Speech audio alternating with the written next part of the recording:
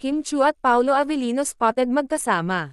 Magpapakilig na naman at magpasaya sa agusan.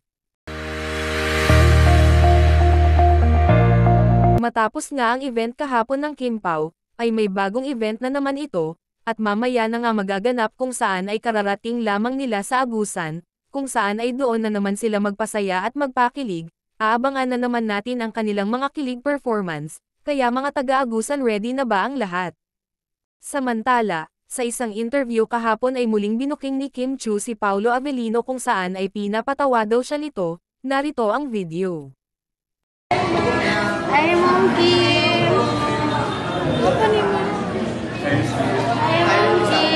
Hi, Mom! Uy, kagam. Ay, kagamay niya.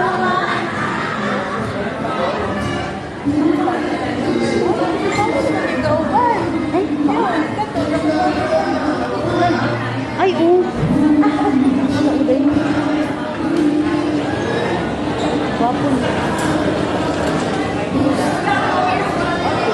Finally here in Agusan, and dito sa room ko merong picture ko. Opo, ako po ang matutulog dito. See you later, Agusan, for our performance tonight. Wow, ang ganda sa Agusan, Ate Yani. Yay! There's something energy today. Yeah, oo nga, nawawala po yung maleta niya. Kung nakita niyo po yung maleta niya, please. Anong kulay? Pink.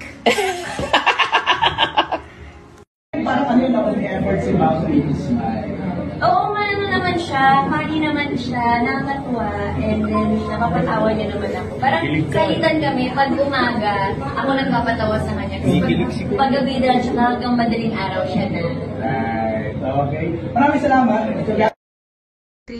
Hello, this is Kim! And this is Paolo. Kita-kita po tayo mamaya mga Agsurnon sa Sa Naliyagan Festival, Agusan del Sur. See you there!